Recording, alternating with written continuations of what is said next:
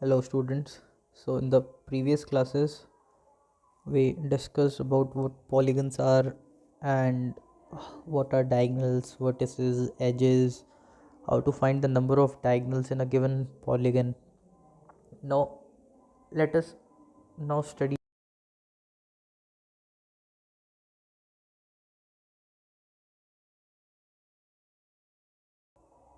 There are basically four types of polygons, and those are concave, convex, regular and irregular polygon. First of all, now what is a convex polygon?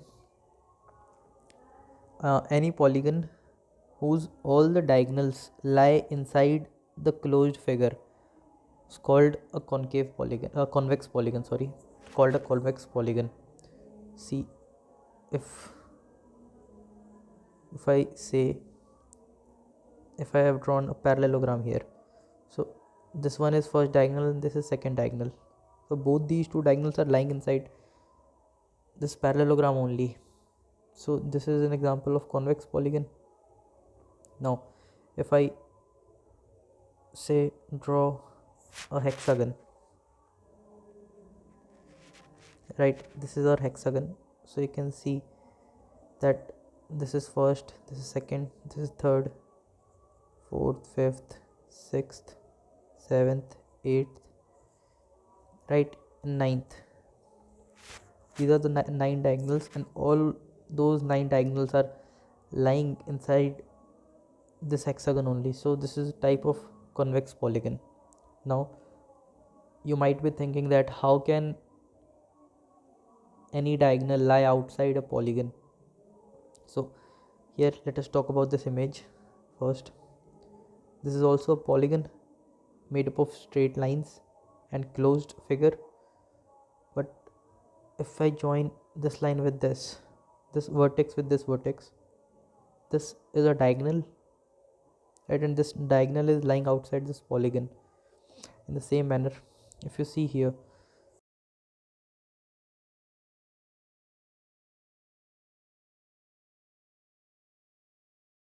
lying outside this polygon. So those polygons in which any one diagonal, if any one diagonal lie outside that polygon, then those polygons are known as concave polygon. So let us again go to this figure.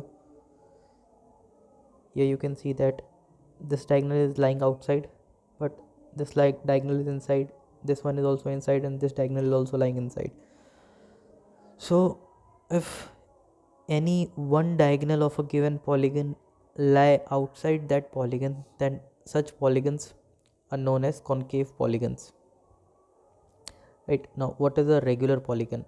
A regular polygon is any polygon in which all the sides are equal,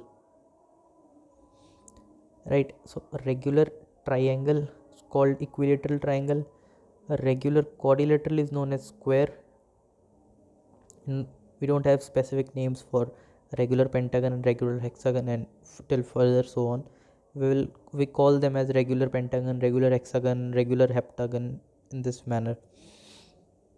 One thing that is important here is, if all the sides are equal, or if the polygon is regular, then all the angles will also be equal.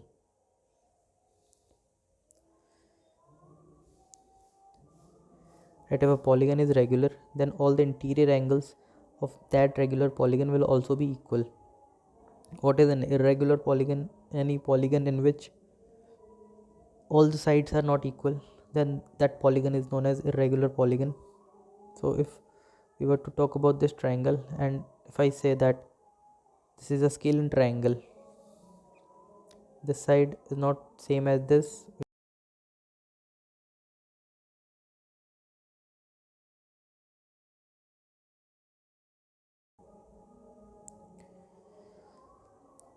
the two terms I would like to bring into your notice is, one is equilateral,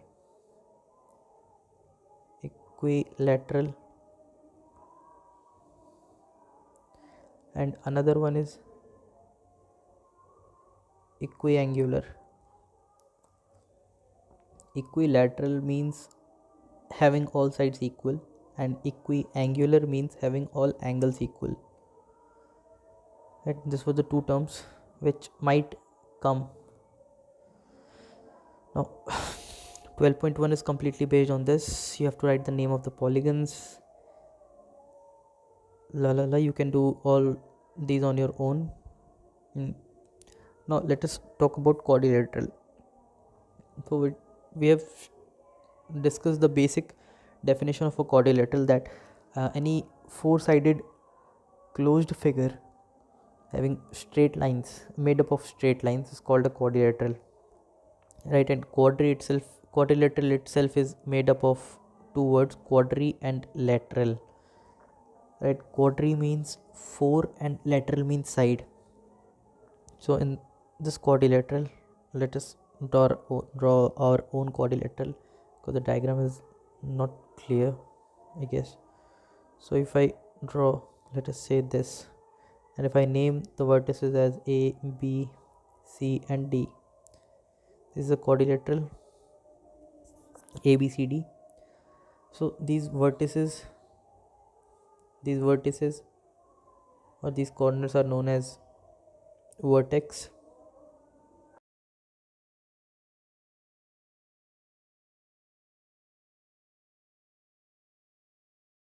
line AC and line BD are called the diagonals of the quadrilateral, and the angle formed by joining two lines, let's say AB and AD, are the angle of one of the angles of quadrilateral, right? Suppose one more thing is, suppose if I extend the line AD, the angle formed here is this angle is known as exterior angle of the quadrilateral. Now some terms are also there, those are adjacent sides and adjacent angles. If I talk about angle A, the angle adjacent to angle A will be angle B and angle D. In the same manner, if I talk about angle C, the angle adjacent to angle C is also angle D and angle B, right? Now let us again draw.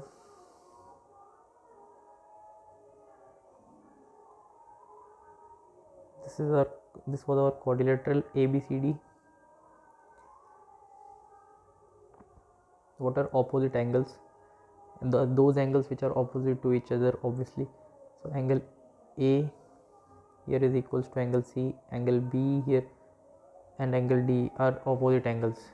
What I mean to say is angle A is and angle C are opposite angles, angle B and angle D are opposite angles. And we cannot say that these opposite angles will be equal or not. That depends on what type of quadrilateral it is. Now let's talk about the adjacent sides. What are the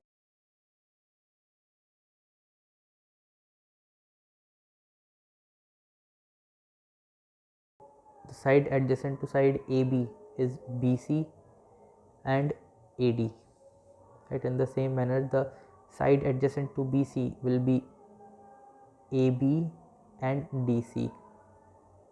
So this was three things: adjacent angles, adjacent sides and opposite angles. And the same way we have opposite sides also, obviously. So this is the quadrilateral ABCD. So side opposite to other side means the opposite side of AB is DC and opposite side of BC is AD. So these are some of the terms related to quadrilateral. Now let us talk about angle sum property of a quadrilateral. We have seen that if a quadrilateral is formed, then the sum of interior angles is 360 degree. Now let us prove it in some other way. Suppose if I draw a quadrilateral, say ABCD again, right, and if I join diagonal B with D, and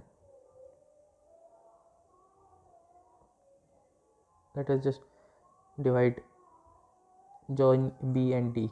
So here you can see that we are two triangles have been formed, that is ABD and CDB. Now let us talk about the angles of these triangles. This is angle A, let's name it as angle 1.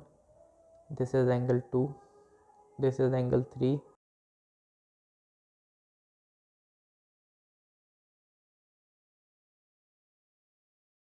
The sum of angles of a triangle is 180.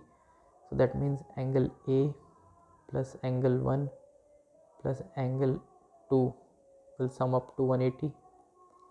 And in the same manner, angle C plus angle 3 plus angle 4 will also sum up to 180. Right, if their right hand sides are equal, if the right hand sides of the two triangles are equal, then their left hand side should also be equal.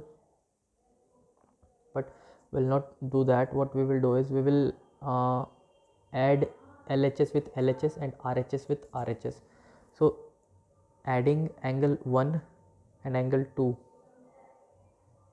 angle 1, if we add angle 1 with angle 4, this angle with this angle, what we will get is angle B, right? And if we add angle 2 with angle 3, angle 2 with angle 3, we will get angle D.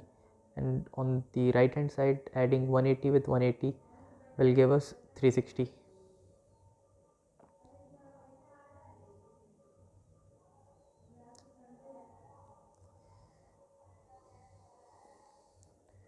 Right, so this will give us angle A plus angle B plus C plus D on the LHS side, which will sum up to 180 plus 180 is 360. So this was a simple proof regarding sum of interior angles of a quadrilateral is 360 degree. Now let us discuss some of the questions given to us.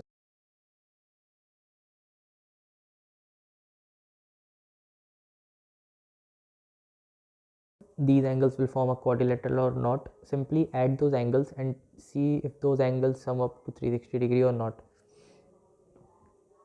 Now here in this, we are given that the angles of a quadrilateral are in the ratio 9:4:6:5. You have to find the angles. If the ratios are given, then simply multiply those ratios individually by x and add, like 9 times x is 9x, 4 times x is 4x, 6 times x is 6x, and 5 times x is 5x. Ratios are simply the multiples, right? So 9 times x plus 4 times x plus 6x plus 5x will sum up to 24, which is equals to 360 degree.